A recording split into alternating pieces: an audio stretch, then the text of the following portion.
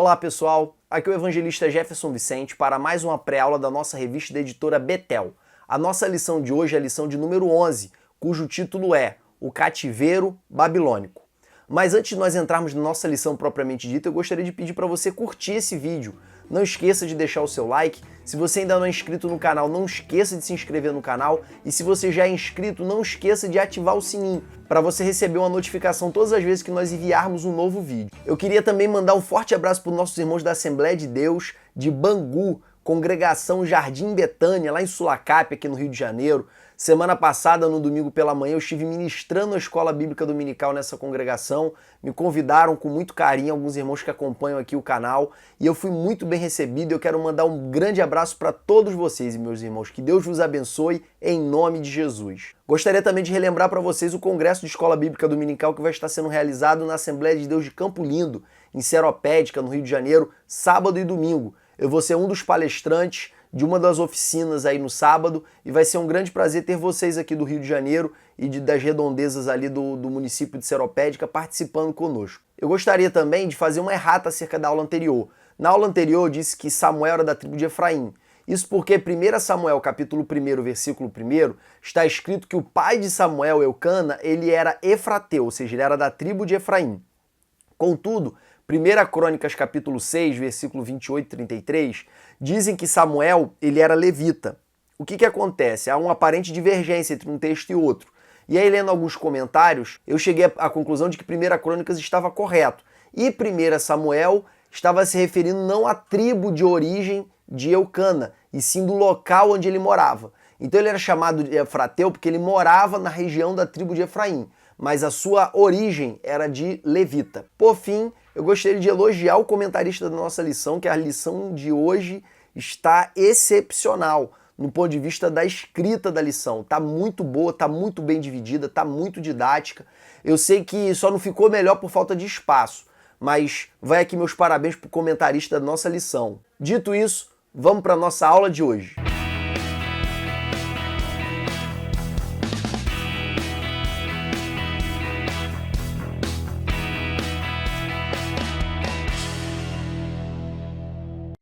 Irmãos, eu dividi a aula de hoje basicamente em 3 tópicos.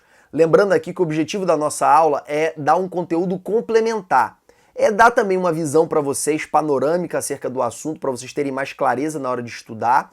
E também, e principalmente, dar um conteúdo complementar. Então eu recomendo que essa lição de maneira específica você procure se orientar pela revista, porque a revista está muito boa. No entanto, eu vou dar algo a mais aqui para vocês, tanto para ajudar vocês a entenderem a revista, quanto para vocês agregarem um conhecimento novo.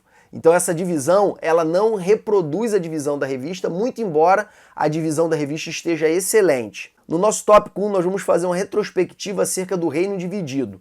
No nosso tópico 2, nós vamos falar acerca dos últimos reis de Judá, até a chegada ali do cativeiro babilônico. E no nosso tópico 3, nós vamos falar acerca dos profetas desse período. É importante nós lembrarmos logo aqui no nosso tópico 1 que o reino de Israel ele passou por 2 fases. A primeira fase foi a fase do reino unificado, que teve Saul, Davi e Salomão como os seus reis. Cada um reinou 40 anos. Isso durou do ano 1050 a.C. até o ano 930 a.C.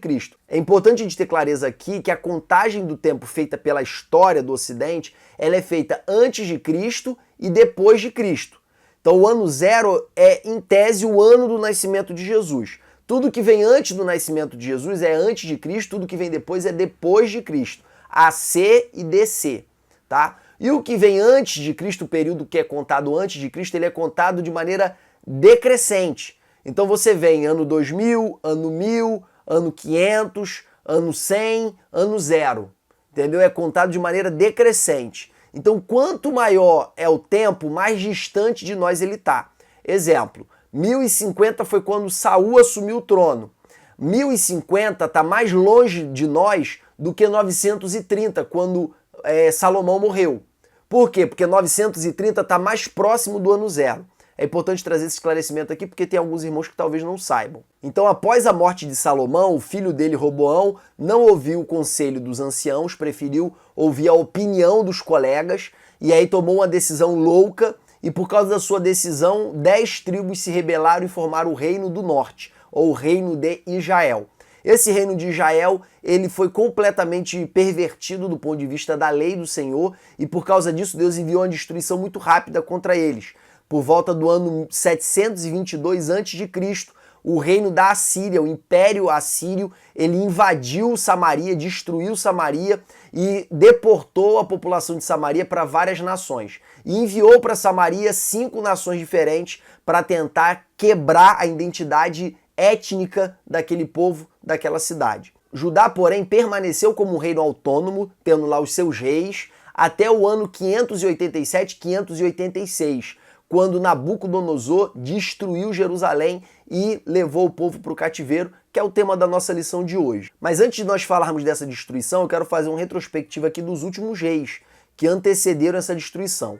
Eu quero começar falando do rei Ezequias, que foi contemporâneo do rei Osés, que foi o último rei do Reino do Norte.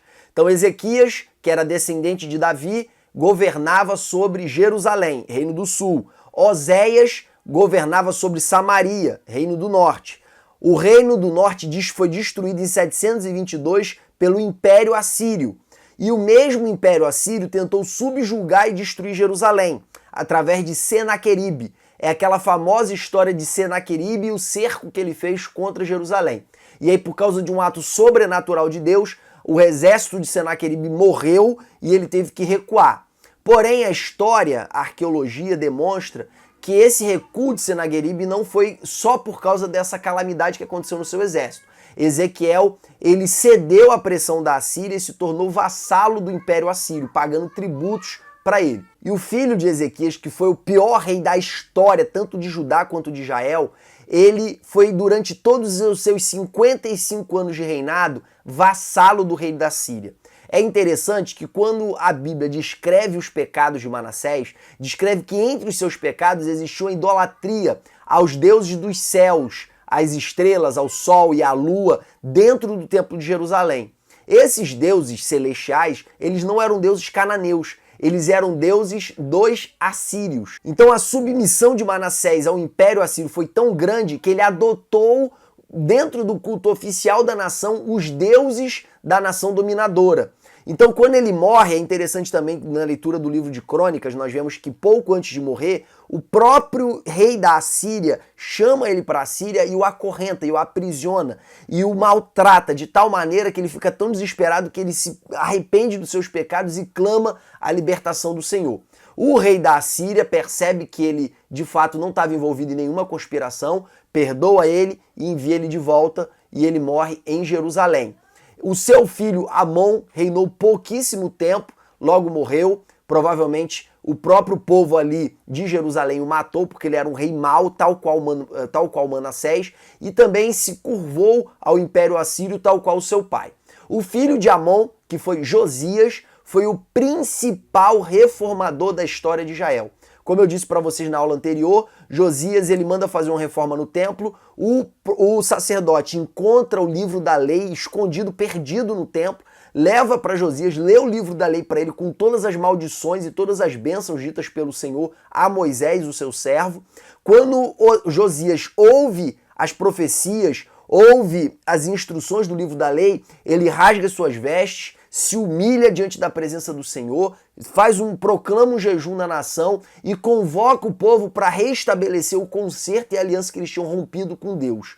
Josias destrói todos os templos paralelos, Josias destrói todos os altares paralelos, Josias destrói todos os ídolos, tanto de Judá quanto do reino de Israel, que nesse momento estava acéfalo, estava sem governo, estava abandonado. Então ele tanto promove essa reforma no sul, como também ele promove nos territórios do norte, em Samaria e na região da Galileia. Outra coisa interessante também sobre Josias é que ele se libertou do jugo do Império Assírio. Ele parou de ser vassalo, parou de pagar tributos para o Império Assírio. Nesse contexto é interessante de falar acerca da morte dele. O que aconteceu na morte dele? A Babilônia estava se fortalecendo, estava pressionando a Assíria. Os persas, mas na região oriental, também estavam pressionando a Assíria. Isso fez com que a Assíria concentrasse os seus esforços para se proteger, deixando o seu domínio ali na região Sírio-Palestina enfraquecido. E aí o faraó do Egito, Neco, ele foi salvar, ele foi proteger, ele foi dar suporte para o império da Assíria, porque ele já estava com medo também dos babilônicos, que estavam crescendo demais. E aí quando Neco marcha para ajudar o império assírio, Josias ele tenta interromper essa marcha. E nesse momento que ele vai combater o exército do Egito, ele é derrotado por Neco e é morto. Os seus súditos trazem o seu corpo para Jerusalém, o seu filho assume o trono no seu lugar, enquanto isso Neco foi ajudar os assírios. Quando Neco ele desce, ele volta para o Egito, ele passa em Jerusalém e destitui o filho de Josias. E eu vou falar acerca dos filhos de Josias no tópico 2, porque o período dos filhos de Josias é justamente o período imediato que antecede o cativeiro. Por fim, o Império Assírio ele é destruído tanto pelas invasões do exército da Pérsia, quanto pelas invasões do exército de Babilônia, permitindo que a Babilônia ascendesse ao papel de grande império daquele momento. Vamos agora, irmãos, para o nosso tópico 2, os últimos reis de Judá até a chegada do cativeiro. Para nós estudarmos esse período, nós precisamos ler ali os últimos capítulos do livro de 2 Reis, os últimos capítulos do livro de 2 Crônicas e também o profeta Jeremias e o profeta Ezequiel. O profeta Jeremias, principalmente, é onde nós podemos encontrar os relatos mais detalhados desse período. Isso aí se você conjugar com os outros 2 livros que eu mencionei primeiramente. Então, lendo esses textos, nós podemos ter uma pintura, nós podemos ter um desenho de tudo que aconteceu entre Josias e o cativeiro. Como eu disse para vocês, o Egito, apesar de sempre ter sido rival da Assíria, quando ele viu o crescimento de Babilônia, ele viu que logo Babilônia se tornaria uma grande superpotência. Então ele vai ajudar a Assíria contra a Babilônia. No caminho, Josias tenta impedi-lo, é morto. Depois que ele ajuda a Assíria a sobreviver mais um pouquinho só, logo a Assíria iria cair definitivamente. Ele desce para o Egito novamente e ele passa em Jerusalém, destitui o filho de Josias, que foi Joacás, que reinou somente 3 meses. Então na ida ele mata Josias, na volta ele destitui Jeoacás, que era o filho de Josias que assumiu o trono, que ficou somente 3 meses. E constitui no lugar de Jeoacás o seu irmão Jeoaquim, também chamado pela Bíblia de Eliaquim. Joaquim, diferente do seu irmão que durou apenas 3 meses, ele reinou durante 11 anos. E boa parte das profecias de Jeremias aconteceram durante o seu ministério. É interessante de falar também do reino de Joaquim, porque foi durante o reino de Joaquim que a Babilônia ela realmente se expandiu e se tornou a superpotência internacional que nós conhecemos na Bíblia Sagrada. Nesse período aí a Babilônia destruiu definitivamente a Assíria, claro, com a grande participação do Império Persa, e a Babilônia ela buscou controlar todas as regiões que inicialmente eram controladas pela Assíria. Então, o reino da Síria, não é a Síria, é o reino da Síria. E toda a região sul, que inclui Tiro e Sidom, os filisteus, Israel, Judá, Amon, Edom e Moabe, todo esse eixo ali que ficava, que hoje nós podemos dizer que é o país da Fenícia, Israel, Palestina e a Jordânia, uma parte da Jordânia, todo esse eixo, toda essa região, nós podemos dizer que foram dominados pela Babilônia. Inclusive, a Babilônia foi também enfrentar o Egito e, de fato, enfraqueceu demais o Egito. Ela não dominou o Egito de cara, mas enfraqueceu demais o Egito. E no seu retorno, certamente marchando pelo território da Palestina, provavelmente passou por Jerusalém, e Joaquim, diante de tamanho exército, de tamanho poderio militar, ele não teve outra alternativa senão se submeter, se tornar vassalo do Império Babilônico. Essa primeira, que a gente pode chamar de primeira invasão, que não foi uma invasão propriamente dita, mas nós podemos chamar assim porque teve uma presença militar ali naquele território, essa primeira invasão foi a invasão que gerou alguns presentes para Nabucodonosor. Dentre esses presentes foram enviados alguns jovens nobres para servir no território de Babilônia. Quem estavam entre esses nobres, que eram jovens que provavelmente foram levados e conduzidos para se tornarem eunucos no palácio de Nabucodonosor? Daniel, Misael, Ananias e Azarias. Ou seja, Daniel, Sadraque, Mesaque e Abidnego. Eles foram levados por volta do ano 605 para o território de Babilônia. Posteriormente, Joaquim, ele se rebela contra a Babilônia, para de pagar tributo e ao final de 11 anos de reinado ele morre. o seu filho Joaquim herda o trono no seu lugar. Porém, Joaquim ficou apenas 3 meses sobre o trono de Judá. Por quê? Porque Nabucodonosor marchou contra Jerusalém, cercou Jerusalém, e o povo não aguentou tamanho cerco, abriram as portas, ele invadiu, isso a gente pode chamar da segunda invasão, destituiu Joaquim e levou ele para a Babilônia, para o cativeiro, e juntamente com Joaquim levou todos os nobres, levou todos os ferreiros, levou todos os artesãos, levou toda a elite intelectual para a Babilônia, cerca de 10 mil homens. Entre esses 10 mil homens, nós podemos citar que foi levado juntamente com ele o profeta Ezequiel. Então Joaquim foi levado para a Babilônia, para o cativeiro, na condição de rei de Judá. Ele não perdeu o seu status real. Então você vai ver, às vezes, o profeta Jeremias, o profeta Ezequiel se referindo a ele como rei de Judá. Porém, esse reinado dele não era um reinado de fato. Por quê? Porque quando Nabucodonosor leva Joaquim, Nabucodonosor coloca o seu tio, o terceiro filho de Josias, no trono de Judá. Zedequias, que era esse terceiro filho, que era tio de Joaquim, ele assume o trono como vassalo da Babilônia.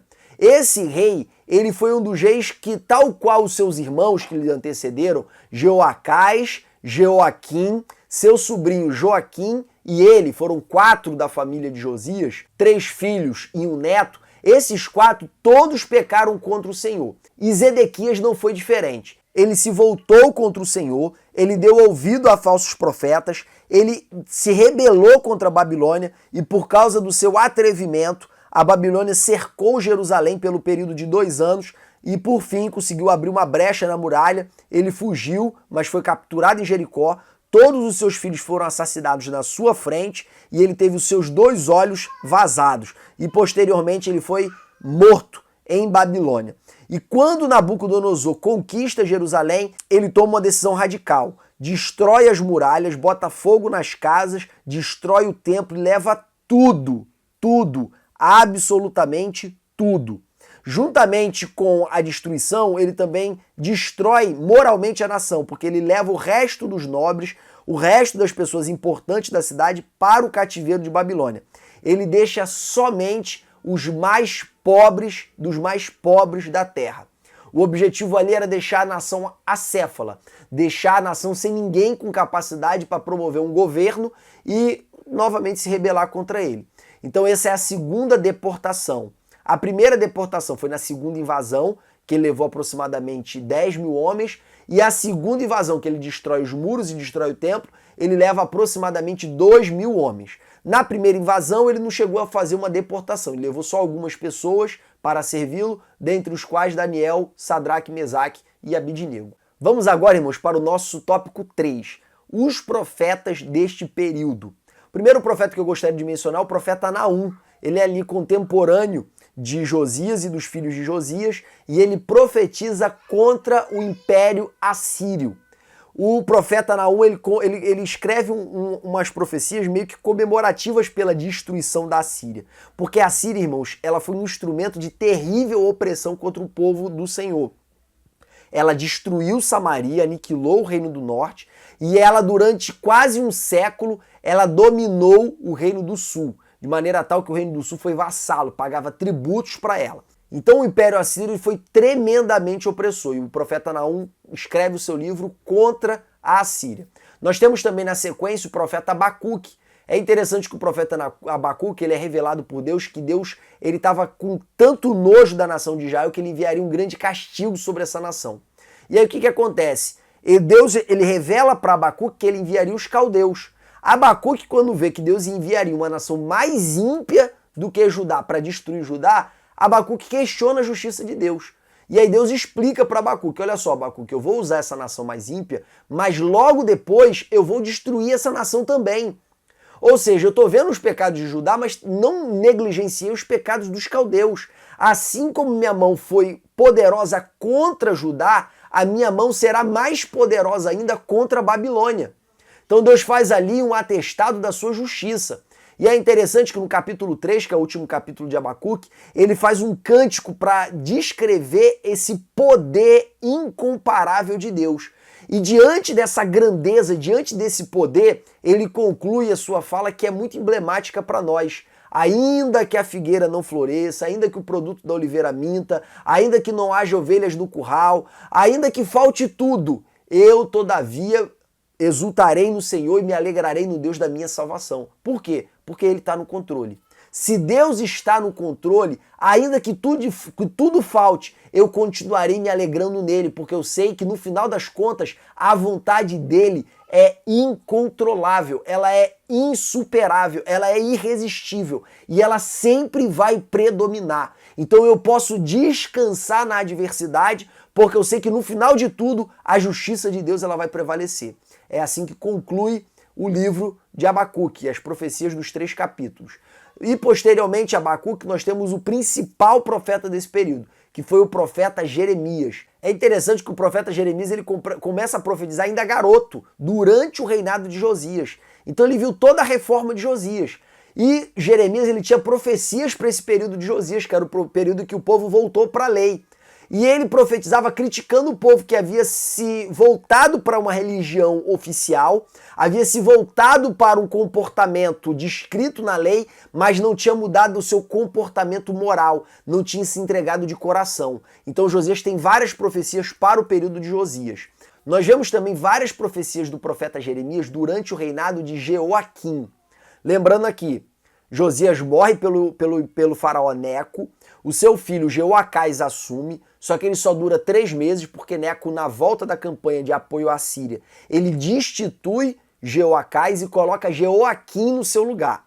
Então Jeoaquim, ele dura 11 anos, Jeoacás apenas 3 meses. Durante o reinado de Jeoaquim é um rei perverso, mau, ele se volta contra o Senhor, ele permite que o povo volte novamente para a idolatria, e Jeoaquim ele não dá ouvidos para Jeremias. Pelo contrário, ele persegue Jeremias. E é no reinado de Jeoaquim que acontece a primeira evasão e a primeira deportação.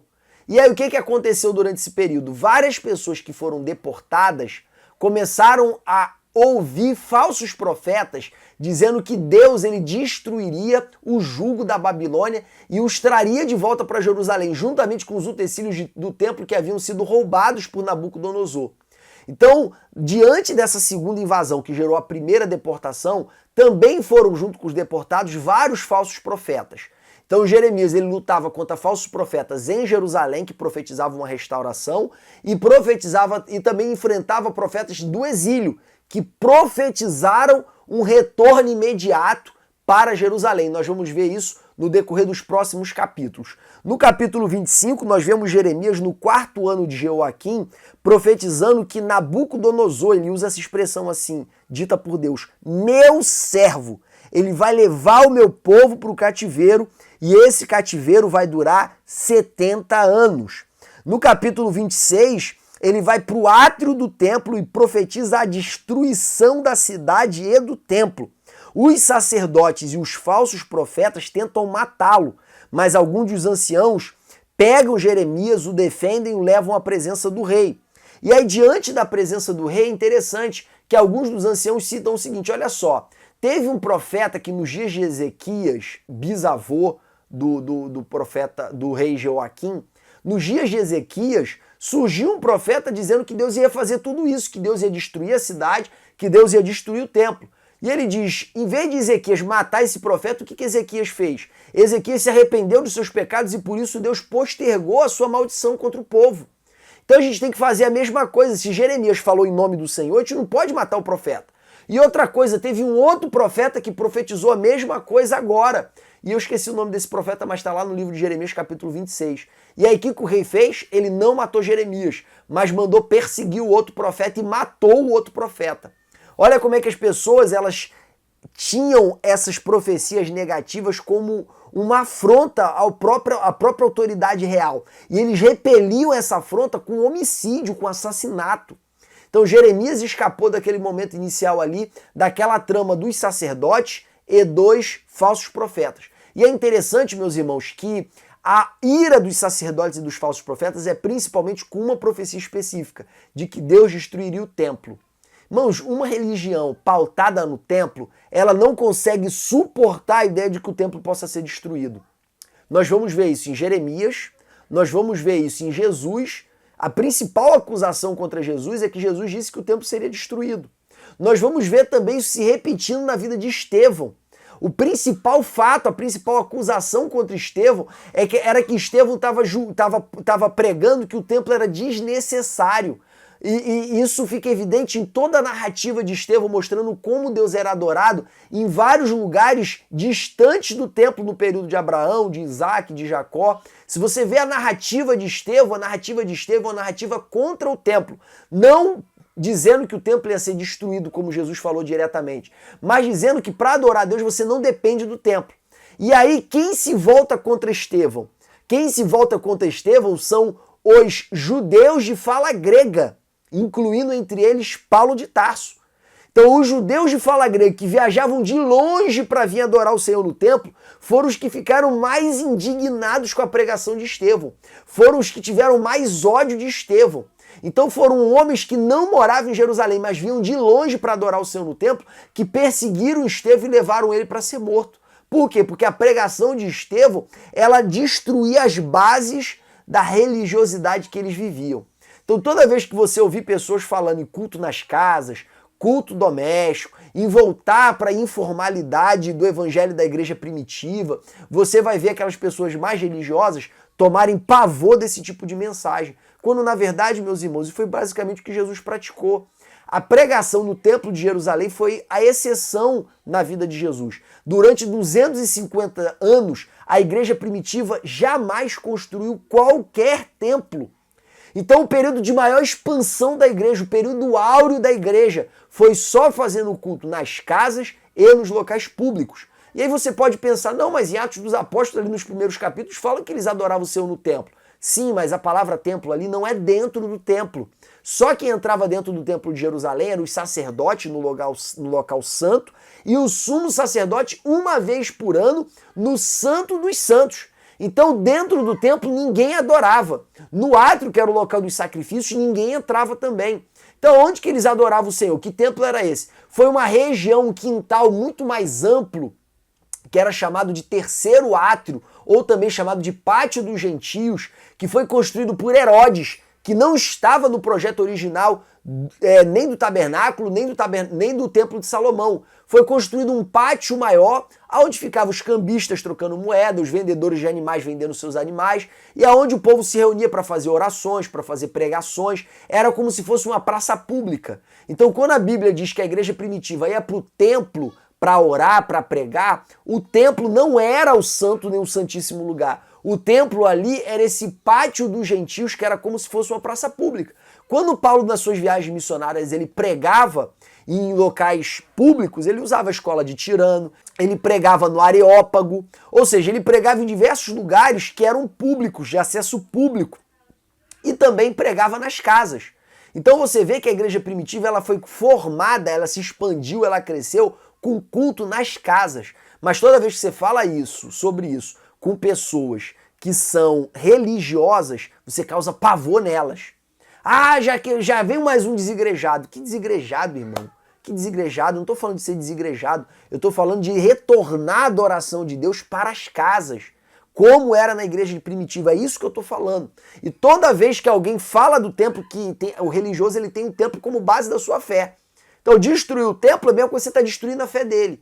E aí Jeremias, quando ele profetiza contra o templo, é essa reação que ele provoca. Sacerdotes e profetas querendo matá-lo, por causa da sua profecia de Jeremias capítulo 26. No capítulo 27, nós vemos que Deus manda Jeremias fazer prisões e julgos, colocar esse jugo sobre o pescoço e profetizar que assim seria feito sobre a vida de Judá através de Nabucodonosor. Nabucodonosor iria destruir Jerusalém, se Zedequias não mudasse o seu comportamento e não aceitasse o jugo de Nabucodonosor.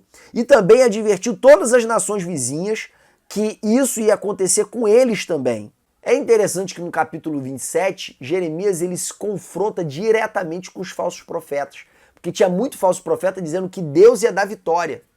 Irmãos, é por isso que às vezes eu fico nervoso em alguns cultos, em algumas vigílias, que só fala de vitória. Só fala que essa semana vai ser a melhor da tua vida e dentro de 3 dias algo extraordinário vai acontecer. Irmão, no Antigo Testamento, se alguém fizesse isso, a lei mandava apedrejar se não acontecesse nada. Então você vê que há uma vulgarização da profecia. E o povo que quer ser abençoado, eles dão glória, eles dão aleluia quando ele ouve isso, ainda mais quando você grita: receba a tua vitória dentro de 30 dias. Quando você profetiza assim, a igreja... E, irmãos, o profeta ele tem que falar o que Deus mandou. Não é a palavra do profeta que gera o agir de Deus. É a palavra de Deus pela boca do profeta que gera o agir de Deus. A gente tem que parar com essa confissão positiva. A gente tem que parar com essas teologias que vieram lá dos Estados Unidos por volta da década de 60 e de 70, que contaminou nossas igrejas, que todo mundo agora profetiza sem o Senhor mandar profetizar. Jeremias ele enfrentou o mesmo problema naquele tempo. Tinha um monte de profeta profetizando que Deus ia dar vitória, que o povo de Judá, Jerusalém, ia destruir o jugo dos babilônicos, quando Deus não mandou falar nada disso. O que Deus falou era exatamente o contrário. Se vocês não se curvarem, vocês vão ser destruídos. Só que o povo, irmãos, eles ouvem aquilo que mais agrada. Então quem o povo preferiu ouvir? Jeremias, que falava de derrota, ou os falsos profetas que falavam de vitória? O povo preferia ouvir os falsos profetas. Então Jeremias ele teve uma grande dificuldade. Nós vamos ver essa dificuldade se repetir no capítulo 28, onde um profeta chamado Ananias, ele quebra esse jugo que Jeremias carregava como um ato profético, como uma revelação para o povo. Ele quebra isso e fala que assim o Senhor fará com o jugo de Babilônia. E Jeremias ele diz para ele: olha só, como você profetizou da carne, você vai morrer, Deus vai te matar.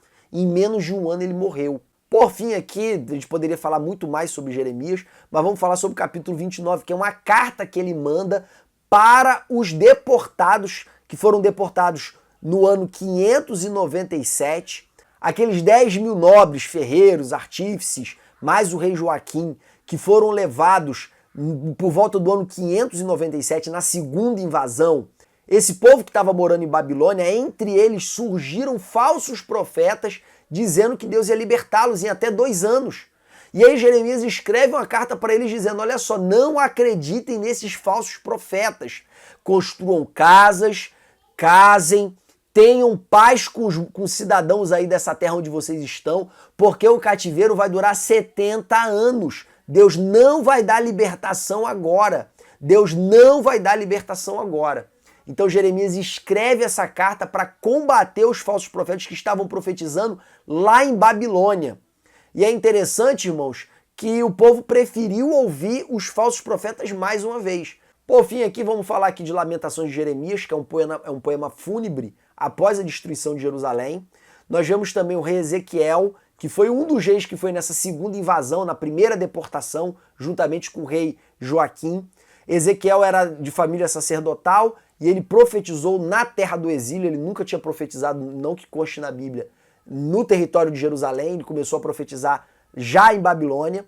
E a primeira parte do seu livro são profecias para mostrar para o povo que Deus estava castigando o povo por causa do seu pecado e que o cativeiro não ia acabar. Em segundo lugar, nós temos a segunda parte que ele profetiza contra todas aquelas nações que eu já citei aqui, que eram vizinhas de Judá. E em terceiro lugar, após a destruição de Jerusalém, ele tem uma série de profecias falando acerca da restauração da nação. A mais conhecida de todas elas é a profecia de Ezequiel capítulo 37, que fala acerca do Vale dos Ossos Secos. E Daniel, que é conhecido de todos nós, porque tem textos narrativos muito lindos. O primeiro dele é Daniel não querer se contaminar com os manjares do rei. É interessante que Daniel ele foi levado por volta do ano 905 como um presente do rei Jeoaquim para Nabucodonosor. Nabucodonosor não chegou a destruir Jerusalém, não chegou a invadir, ele só demonstrou força porque ele estava voltando da guerra contra o Egito. E essa demonstração de força a gente pode chamar ela de primeira invasão. Nessa primeira invasão, com muitas aspas nela, aconteceu o envio de alguns nobres para servirem a Nabucodonosor. E eles foram colocados aos cuidados do chefe dos eunucos. Aqui, irmãos, é interessante a gente mencionar o seguinte, que os nobres das outras nações que eram levados para o Palácio Real, eles eram vistos sexualmente como uma ameaça para a família do rei. E aí o que eram feitos? Eles eram castrados. Então provavelmente foi isso que aconteceu com Daniel e seus amigos. E aí esses homens eles eram castrados e educados para servirem o rei da melhor maneira possível. E uma das maneiras deles servirem ao rei da melhor maneira possível, eles serem fortes, saudáveis e vistosos aos olhos naturais. Porém, Daniel, Sadraque, Mesaque e Abidnego não estavam mais preocupados em serem bem vistos do que cumprirem a vontade do Senhor. Eles preferiram cumprir a vontade do Senhor do que serem bem vistos. E eles disseram para o chefe dos eunucos para permitir que eles se alimentassem de legumes durante um período, porque eles não queriam comer os manjares do rei, ou seja, a refeição do rei que era oferecida aos ídolos. Irmãos, é interessante aqui que Daniel, Sadraque, Mesaque e Abidnego, eles poderiam simplesmente enxergar comer a comida do rei como um ato de exaltação. Eles eram escravos. Se eles não fossem admitidos ali entre os altos oficiais, os trabalhadores de alta hierarquia ali do rei, eles seriam Zé Ninguém num território que não era o território deles, castrados, porque provavelmente foi isso que aconteceu com eles, não dá para afirmar peremptoriamente, mas é quase certo que isso aconteceu. Não teriam como constituir família e viveriam no ostracismo, na miséria. Então eles corriam um risco muito grande. Estar ali no palácio podia ser visto por eles como um ato de exaltação, mas a compreensão da lei do Senhor trouxe para eles uma nova razão, um novo entendimento, que não era conforme o entendimento do homem natural, que enxergava aquilo como um privilégio.